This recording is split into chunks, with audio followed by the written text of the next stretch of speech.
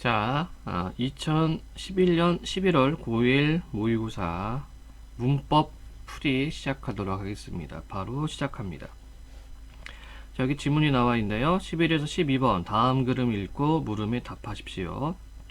자, 사이시옷이란 자, 이렇게 이제 개념 설명이 나오죠, 여러분들. 개념 설명 나오면은 이게 어디까지 설명이 되고 있는지를 반드시 체크하시길 바랍니다. 자, 두 단어 또는 형태소가 결합하여 만들어진 합성어의 두 요소 사이에 표기하는 시옷을 말한다. 그래서 여기 사이시옷에 대한 개념이 나와 있어요. 한글 맞춤법에 따르면 같은 조건들이 만족되어야 다음과 같은 조건들이 만족되어야 사이시옷을 표기할 수 있다. 자, 여러분들 문법에서 중요한 것이 뭐냐면 용어 정리가 굉장히 중요해요. 그래서 여러분들 이 형태소라는 말 그리고 뭐 합성어라는 말 이런 개념들은 여러분들이 따로 좀 공부를 해주시기를 바랍니다.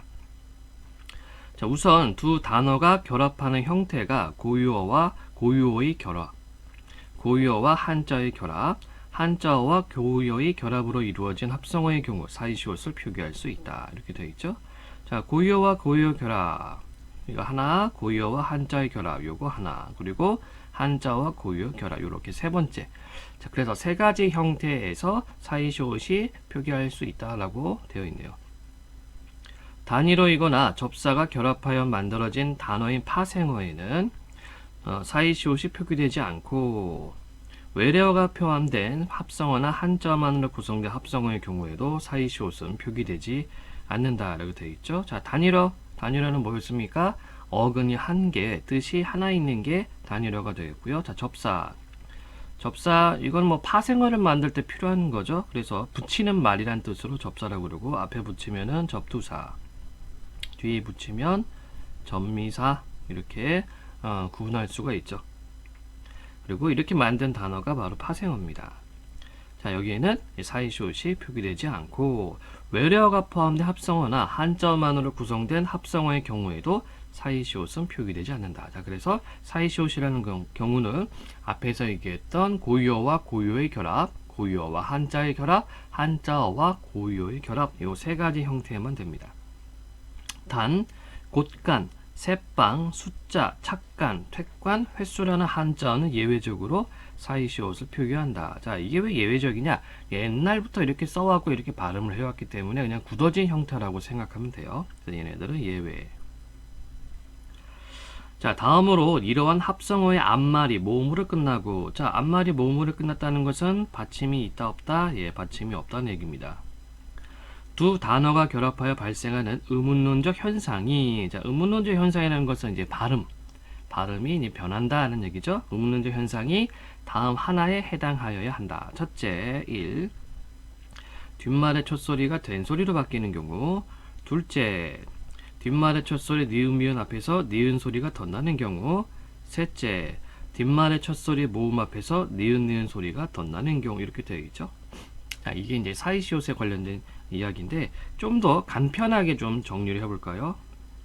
자, 그래서 사이시옷이라고 하는 것은 언제 사용하느냐? 합성어만 적용한다는 얘기입니다. 합성어. 자, 그런데 어떤 합성어라는 얘기입니까? 자, 형태상으로는 먼저 고유어와 고유어, 그리고 고유어와 한자어, 그리고 한자어와 고유어 합성어일 때, 그리고 의문론상 어떻게 해요? 자, 첫 번째, 니은 첨가가 되는 경우. 그죠? 한번, 예를 들어 볼까요? 니은 첨가 뭐가 있나? 우리가 이제 훗날이라는 말을 쓰죠? 뒤훗자. 얘는 한자어입니다. 그리고 여기에 날을 붙여요. 그래서 우리가 이거 발음하면 어떻게 돼요? 훗날, 이렇게 됩니다. 훗날. 그래서 여기 보면은, 니은이, 포함이 되죠? 니은이 들어갔어요. 그러니까 니은 첨가가 됩니다. 그래서 이때 앞에 받침이 없기 때문에 여기 시옷을 넣어주는 거죠. 훗날 이런 식으로. 그 다음에 두 번째 된소리 대기 현상이 나타날 경우. 자, 우리 뱃사공 한번 생각해 볼까요? 배와 사공. 근데 우리가 발음하면 어떻게 돼요? 뱃사공 이렇게 된소리 발음이 되죠. 뱃사공. 근데 앞말에 받침이 없네요. 그럴 때 표기상으로는 여기다가 시옷을 넣어준다는 얘기입니다. 자, 그 다음에 세 번째, 니은이 덧나는 경우. 자, 뒷일 한번 생각해 볼까요? 뒤와 일. 우리가 발음을 하면은 뒷일 이렇게 되죠. 그래서 니은이 두 개가 생깁니다. 자, 이랬을 때 앞에 받침이 없으면은 시옷을 넣어줘라. 이게 이제 사이시옷이 되겠습니다. 이 사이시옷을 굉장히 좀 복잡하게 이렇게 생각할 수도 있는데, 여러분들 지금 요 조건은 여러분들 반드시 좀 머릿속에 이제 기억을 좀 해줘야 될 것 같아요. 문법이라는 것이 뭐 무조건 암기만 해서 잘 되는 건 아니지만, 그래도 기본적인 경우는 여러분들이 머릿속에 담고 있어야지 문제나 또는 어떤 자료를 여러분들이 해석할 수 있겠습니다. 자, 그러면 11번 문제 보도록 하겠습니다. 11. 윗글을 바탕으로 사이시옷 표기에 대해 이해한 내용으로 적절하지 않은 것은, 아래옷과 달리 아랫마을은 완말의 끝소리에 니은 소리가 덧나기 때문에 사이시옷이 표기된 것이겠군. 자, 얘 발음은 어떻게 돼요? 그냥 아래옷 되죠? 그러니까 음운론에 음운상의 변동이 없습니다. 그런데 아랫마음은 어떻게 돼요? 이렇게 아래와 마을을 합성을 해서 이렇게 발음을 할 때 아랫말 이렇게 니은이 들어가죠. 그렇기 때문에 앞에 있는 아래라는 단어가 받침이 없어요. 모음으로 끝났습니다. 그래서 시옷을 첨가해줬다. 좋습니다. 두 번째, 고깃국과 달리 해장국은 앞말이 모음으로 끝나지 않기 때문에 사이시옷이 표기되지 않겠고, 자, 고깃국, 고깃국 이렇게 된 소리가 되죠. 그쵸? 그리고 앞에 받침이 없으니까 시옷 넣어준 거고, 해장국은 받침이 있어요. 맞는 설명. 받침이 있기 때문에 사이시옷을 넣을 수가 없죠. 사이시옷이 들어갈 자리가 없습니다. 세 번째, 코마개와 달리 콧날은 뒷말의 첫소리 모음 앞에서 니은 소리가 덧나기 때문에 사이시옷이 표기된 것이고, 한번 볼까요? 콧날, 기본 형태는 코와 날이죠. 자, 그 발음이 어떻게 돼요? 콧날 이렇게 되죠. 니은 첨가, 니은이 하나밖에 안 들어갑니다. 니은이 하나밖에. 근데 여기 뭐라고 되어 있어요? 니은 소리가 덧난다. 여기 부분이 틀렸네요. 그래서 답이 3번이라는 얘기입니다. 자, 4번도 4, 5번도 확인해 볼게요. 우유빛과 달려 오렌지빛은 합성어를 구성하는 단어의 결합 형태를 고려하여 사이시옷을 표기하지 않은 것이겠군. 자, 우유빛 같은 거 어떻게 돼요? 우유, 그리고 빛, 발음하면은 우유빛 이렇게 된 소리가 됩니다. 그래서 받침이 없기 때문에 앞말에 받침이 없어서 시옷 넣어준 거죠. 자, 그런데 오렌지빛은 어떻습니까? 오렌지, 이건 외래어죠, 외래어. 그래서 형태상 고유어, 한자어 고유어의 형태가 아니기 때문에 사이시옷을 표기하지 않았다. 맞는 설명이고요. 자, 모래땅과 달리 모래길은 두 단어가 결합할 때 뒷말의 첫 소리가 된 소리로 바뀌었기에 사이시옷이 표기된 것이겠군. 자, 모래땅 같은 경우는 이미 된 소리가 있죠. 된 소리로 바뀐 것이 아니라 이미 형태상으로 된 소리입니다. 그래서 여기는 사이시옷을 넣어주면 안 되고, 모래길은 어떻게 돼요?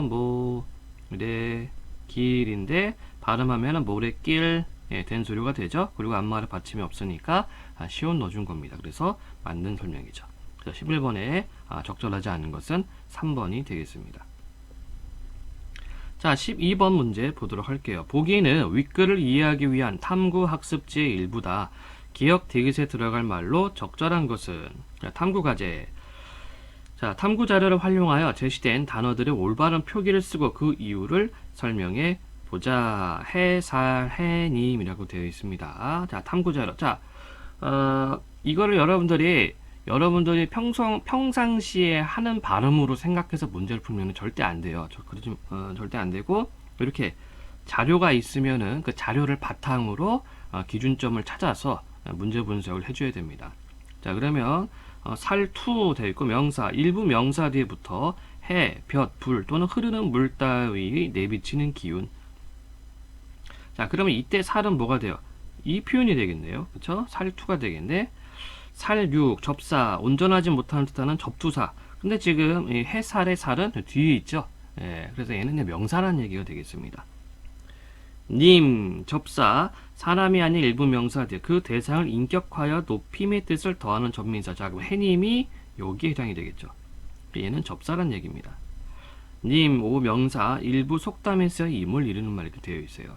자, 그럼 우리가 정리하자면 해살의 살은 탐구자료에서 명사로 쓰이고 있고 해님의 님은 탐구자료에서 접사로 사용하고 있습니다. 자, 그래서 탐구 결과 해와 살이 결합한 단어의 표기는 기억이다. 자, 그러면 기억, 우선 기억 부분 쭉 훑어야 되겠죠? 자, 그럼 뭐가 될까요? 네, 3, 4번, 3, 4, 5번은 우리가 제낄 수 있을 것 같아요. 왜 그렇죠? 자, 해도 명살이고 살도 명살입니다. 자, 합성어 표기법에서 어떻게 하라? 명사, 명사죠. 고유, 고유. 자, 해와 살은 우리 고유예요. 고유, 고유가 합성될 때 된소리 발음 되죠. 햇살 이렇게 된소리 발음이 됩니다. 그러니까 앞에 시옷을 넣어줘야 되겠죠. 해님은 어때요? 해님. 해님. 해님은 명사, 명사가 아니죠. 해님은 해 명사고요. 님은 전미사입니다. 그래서 형태상으로 봤을 때 합성어의 요건이 아니죠. 그렇기 때문에 얘는 여러분들이 발음을 해님 이렇게 발음한다 하더라도 얘를 앞에 사이쇼를 넣어주면 안 돼요. 합성어가 아니기 때문에. 그리고 정확한 발음은 해님이 되겠습니다. 자, 그러면 역시 1번 아니면 2번이 되겠죠. 자, 그러면 2번부터 다시 볼까요? 사이시옷은 합성어의 두 요소 사이에 표기하는 것이기 때문에 뭐뭐가 결합한 경우 사이시옷 접지 않습니다. 자, 그러면 두 가지 중에서 접사, 명사 결합한 경우 사이시옷 접지 않습니다. 자, 접사가 결합한 경우는 사이시옷 접지 않죠. 자, 그럼 답은 1번이라는 얘기가 되겠네요. 자, 다음 문제 보도록 할게요. 13번 문제입니다. 자, 보기는 수업의 일부다. 선생님이 질문에 대한 답으로 적절한 것은 선생님, 음운 변동 중 교체가 일어날 때 앞 음절의 종성과 뒤 음절의 초성자리에 놓인 두 음운이 만나서 그 중 하나가 바뀌는 경우가 있습니다. 자, 여러분들 음운 변동에는 뭐가 있었나요? 아직 이거 뭐 배우지 않은 친구들도 아니지. 지금 다 배웠죠? 1학년 과정이 다 있고. 자, 음운 변동은 크게 교체, 단락, 첨가, 축약이 있습니다. 자, 여러분들 문법이 어려운 이유는요, 이런 개념들을 여러분들이 이미 알고 있어야 돼요. 그런데 이런 개념들, 용어가 정리가 안 되어 있으면 당연히 문법이 어려울 수밖에 없죠. 그렇지만 이 개념과 어떤 그 용어가 그렇게 많지가 않습니다. 그래서 한번 제대로 정리를 해두면 그 다음부터는 계속 그냥 점검하는 형태로 공부를 하기 때문에 문법이 뭐 국어 영역 중에서는 제가 생각할 땐 국어 영역 중에서 가장 쉬운 영역이 문법이 아닌가 그렇게 생각이 돼요. 어쨌든 이렇게 개념들이나 용어가 나오면 그때그때 좀 정리를 해주고 난 잘 모르겠다 싶으면은 다시 한번 여러분들 복습을 통해서 또는 다시 한번 학습을 통해서 자기 것으로 만들어 가길 바랍니다. 자, 그럼 계속 볼게요. 자, 기억은 뒤 음절 초성자리에 놓인 음운이 바뀌는 경우고 니은은 앞음절 종성자리에 놓인 음운이 바뀌는 경우를 나타냅니다. 이렇게 되어 있네요. 자, 그러면 기억은 뭐가 바뀐다? 초성자리가 바뀐대요. 즉, 요게 요렇게 바뀌죠. 그리고 니은 같은 경우에는 앞에 있는 받침 종성이 요렇게 바뀐다는 얘기입니다. 자, 그럼 표준 발음에 따라 단어들을 기억과 니은으로 나눠볼 거예요. 굉장히 쉽죠? 왜 쉽습니까? 바로 초성자리, 뒤 음절의 초성자리가 바뀌는 것을 찾으면 돼요. 자, 한번 기억, 먹물 한번 볼까요? 먹물. 먹물. 얘 발음 어떻게 돼요? 먹물. 이렇게 되네. 그럼 얘는 앞에가 바뀌었습니다. 그럼 얘는 니은에 해당되겠고, 중력, 얘는 중력. 예, 이렇게 니은으로 바뀌죠? 그럼 얘는 기억에 해당되고요. 집념, 미음으로 바뀌네. 얘는 앞에 바뀌니까 니은이고, 칼날, 얘는 뒤에 게 바뀌니까 기억이고요. 톱밥, 예, 역시 뒤에 게 된소리로 바뀌니까 기억이 앞에 게 바뀌었네요. 자, 그러면 기억에 해당이 되는 것이 중력, 칼날, 톱밥이 되겠습니다. 중력, 칼날, 톱밥, 중력, 칼날, 톱밥이 5번에 나와 있죠. 답 5번 이렇게 찾으면 되겠죠. 그러니까 뭐 문제가 뭐 이렇게 복잡하게 마치 좀 여러분들 눈을 이렇게 현란하게 현혹시키는 현란한 것처럼 보이지만 사실은 굉장히 간단한 문제였습니다. 자, 14번 문제 보도록 하겠습니다. 자, 보기 1을 바탕으로 보기 2에 대해 설명한 내용으로 적절하지 않은 것은. 자, 이제 높이법과 관련된 문제가 나왔네요. 자, 주체 높임법은 문장의 주어인 서술의 주체에 대하여 높임의 태도를 나타내는 방법이다. 객체 높임법은 문장의 목적어나 부사하고 지시하는 대상, 자, 뭘 높여요? 목적어나 부사, 곧 서술의 객체에 대하여 높임의 태도를 나타내는 방법이다. 주체 높임과 객체 높임의 대상은 문장에서 표면적으로 드러나기도 하고, 자, 표면적으로 드러난다, 겉으로 드러난다. 그래서 높임의 대상이 드러난다는 얘기입니다. 생략되기도 한다. 한편 상대 높임법은 화자가, 자, 화자라는 것은 말하는 사람이죠. 화자가 청자, 듣는 사람이 상대방에 대하여 높이거나 낮추는 태도를 나타내는 방법이다. 한 문장 안에서도 다양한 높임법이 쓰일 수 있다. 자, 그래서 주체 높임법하고 객체 높임법은 높여야지 그 높임법이 있어요.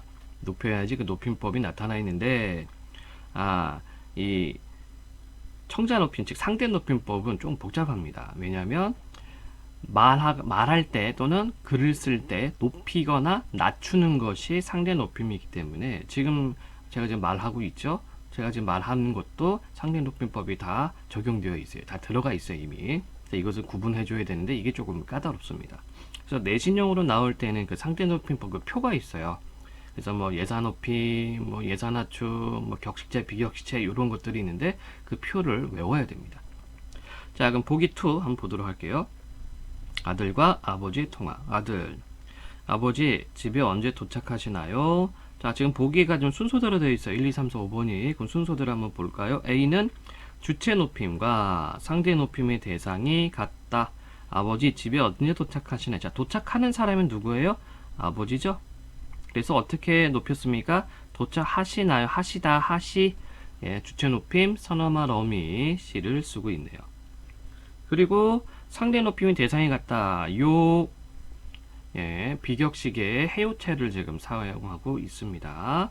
그래서 맞는 설명이네요. 즉, 아버지한테 지금 얘기하고 도착하는 사람이 아버지입니다. 주체 높임과 상대 높임이 동시에 적용되고 있어요. 아버지, 무슨 일 있니? 아들, 할머니께서 아버지께 전화해 보라고 하셨어요. 자, 2번. B는 객체 높임과 상대 높임의 대상이 다르다라고 되어 있네요. 자, 한번 볼까요, 그러면? 자, 할머니께서 아버지께 전화해 보라고 하셨어. 자, 전화해 보라고 한 사람이 누굽니까? 할머니죠. 그럼 여기는 지금 주체 높임도 있고요. 아버지께 전화해 보라고 하셨어요. 누구누구한테 전화하다. 아버지께. 자, 객체 높임도 있고요. 전화해 보라고 하셨어. 요 상대 높임도 있죠. 네, 상대 높임, 비격식의 해요체도 있습니다. 그래서 이 B 부분은, 이 문장은 주체 높임, 객체 높임, 상대 높임 다 들어와 있어요. 자, 그러면 주체 높임은 할머니를 높였고 객체 높임은 아버지를 높였어요. 그럼 상대 높임은 누구 높였습니까? 상대 높임도 아버지를 높였습니다. 왜? 지금 아버지한테 이야기하고 있으니까. 자, 그런데 2번은 뭐라고 되어 있어요? 객체 높임과 상대 높임의 대상이 다르다? 틀렸네. 같다. 둘 다 아버지입니다. 답은 2번이 되겠죠? 자, 나머지도 한번 확인해 봅시다. C. 아버지께 드릴 말씀도 있어서요. 자, 아버지께 드릴 말씀도 있어서요. 자, 아버지께 말을 하는 사람은 누굽니까? 아들이죠? 그래서 주어에 대한 높임 비유는 안 나타나 있어요. 그럼 누구 높였어요? 아버지께 드리다. 아버지께 드리다. 예, 객체를 높였네요. 특히 부사어 객체의 높임이 있고요. 말씀도 있어서요. 상대 높임도 있죠. 그래서 객체 높임과 상대 높임 둘 다 아버지 맞습니다. 그래, 거의 다 왔으니 집에 가서 얘기하자. 그런데 할머니 아직 안 주무시니? 아직 안 주무셔요. 자, 아직 안 자는 사람이 누구야? 할머니죠. 그래서 할머니를 주무시다라는 특수어휘를 써서 높였습니다. 자, D는 주체 높임과 할머니, 상대 높임 대상이 다르다. 상대 높임은 요 누구한테 높였습니까? 아버지한테 높였죠. 네, 맞는 설명이고요. 방금 어머니께서 할머니 모시고 나가셨어. 자, 할머니 모시고 나간 사람이 누구예요? 어머니죠. 자, 주체 높임 있어요. 할머니는 모시고, 예, 객체 높임이네요. 나가셨어. 요 상대 높임이죠. 그래서 주체는 어머니, 객체는 할머니, 상대는 아버지. 자, 5번. 이는 주체 높임, 객체 높임, 상대 높임의 대상이 모두 다르다. 네, 맞는 설명이 되겠습니다. 그래서 이 문제의 답은 2번이 되겠습니다. 자, 15번 문제. 보기에 대한 이해로 적절하지 않은 것은. 자, 중세국어 문제가 나왔어요. 우리 친구들이 중세국어를 상당히 좀 어렵게 생각하는 친구들이 있는데, 그렇게 복잡하게 생각할 필요도 없습니다. 왜 그러느냐? 중세국어 파트는 기본적으로 국어사 파트예요. 국어사라는 것은 국어의 역사, 즉 국어의 변천입니다. 국어 변천에 대해서 배우는 파트가 바로 국어사 파트예요. 그렇기 때문에 여러분들 중세국어 문제를 풀 때는 이 중세국어를 보면 안 되고, 중세국어를 보는 것이 아니라 현대어풀이가 있죠. 현대어풀이. 현대어풀이를 보면서 중세국어의 표현하고 맞대응을 시키면 됩니다. 그러니까 간단히 얘기하면 매칭 문제, 매칭 문제. 매칭을 해서 그 설명이 맞는지 틀리는지 그것만 확인해 주면은 어렵지 않게 문제에 접근할 수가 있겠습니다. 자, 그럼 적절하지 않은 거 찾아라 라고 돼 있었죠. 자, 1번을 보니까 1, 2번을 보니까 둘 다 기억과 관련된 문제가 되겠네요. 자, 그러면 기억의 현대어풀이를 보는 겁니다. 라우라가 득도하여 돌아가서 어미를 제도하여 이렇게 되어 있어요. 중세국어 이렇게 표시되어 있는 중세국어는요, 여러분들 이거 읽으려고 낑낑거릴 필요가 없습니다. 이거 붙잡고 있을 필요가 없고 현대어풀이를 먼저 봅니다. 현대어풀이를 보고 그 다음에 보기를 보세요. 자, 1번 기억의 라후라와 디귿의 선인이에는 이거 디귿도 있군요. 선인에게는 주어의 자격을 부여해주는 조사 형태가 서로 다르게 사용되어 있군. 자, 그럼 주격조사죠. 여기 주격조사가 모습이 다르다는 얘기입니다. 그럼 디귿도 한번 확인해 볼까요? 자, 뭘부터 봐라? 현대국어부터 봐라. 남굴의 선인이 한 딸을 길러내니 시절의 자치마다 연꽃이 납니다예요. 자, 그러면 디귿에서 주어가 어디 있어요? 선인이, 선인, 이게 주어죠. 여기에 주격조사는 이 형태로 되어 있죠. 자, 그럼 그대로 찾는 겁니다. 그대로 들어가니까 여기 지금 요 형태, 이 형태로 되어 있어요. 그러면 기억에서 기억은 주어가 라우라입니다. 라우라가 되어 있죠. 자, 그럼 그대로 중세국어 찾으면 라우라, 자, 동그라미 없는 이가 되어 있네요. 그렇죠? 자, 그래서 여기 보면은 지금 보기에도 지금 표시가 되어 있죠. 동그라미 없는 이가 있고 선인은 동그라미 있는 이가 있어요. 네, 어때요? 이런 비교하면 모양이 다르죠? 1번 설명 맞는 설명입니다. 자, 원래는 이게 중세국어에서 그 주격조사 표시가 앞에 있는 체언에 받침이 있으면 동그라미 있는 이를 쓰고 받침이 없으면 그냥 이를 쓰고 이로 끝나는 체언이면 이제 조사 표시를 안 하는 그런 규칙이 있는데 그거 외울 필요는 없잖아요, 우리가. 물론 내신은 외워줘야 되는데 수능이나 모의고사 문제 같은 경우에 이렇게 자료가 제시가 돼요. 그럼 여러분들 이 자료를 보고 매칭을 해서 그게 설명이 맞는지 틀리는지만 봐주면 됩니다. 자, 그럼 2번 보기도 한번 보도록 할까요? 기억의 어미를과 디귿의 딸아래는 목적어의 자격을 부여해주는 조사 형태가 서로 동일하게 사용되었군. 자, 그럼 목적격 조사. 목적격 조사가 모양이 같다 이런 얘기네요. 자, 그럼 기억에서 한번 찾아볼까요? 라우라가 자 항상 현대어라고 얘기를 했습니다. 어미를 제도해 어미를 찾으면 어미랄, 그쵸? 여기는 좀 랄로 좀 표현되어 있어요. 랄. 디귿에는 어떻게 되어 있나요? 디귿에는 남굴의 한 딸을 길러내니, 자, 딸을 이렇게 되어 있죠. 을 되어 있어요. 을. 근데 여기는 지금 중세국어에서는 딸알 되어 있죠. 자, 근데 여러분들이 조심할 게 하나 있습니다. 중세국어에서는 이어적기를 주로 이어적기로 주로 표기를 했어요. 이어적기는 뭐냐면은 이어적기는 소리 나는 대로 적어버리는 거예요. 자, 그러면 이 딸알 같은 경우에는 원래 표기가 어떻게 되느냐? 이거고 여기에 얘가 오는 거예요. 그래서 소리 나는 대로 적어버리는 거죠. 그래서 종송이 다음 음절에 초성에 치고 들어갔기 때문에 딸알 이렇게 됐죠. 때문에 모양을 여러분들이 확인해 줄 때 앞말에 받침이 있는지 없는지를 따져줘야 됩니다. 그리고 모음을 연결했는지 아닌지를 봐줘야 되는데 우리가 현대국어에서는 을을 썼죠. 을을 썼고 그 다음에 어미를에서는 을을 썼어요.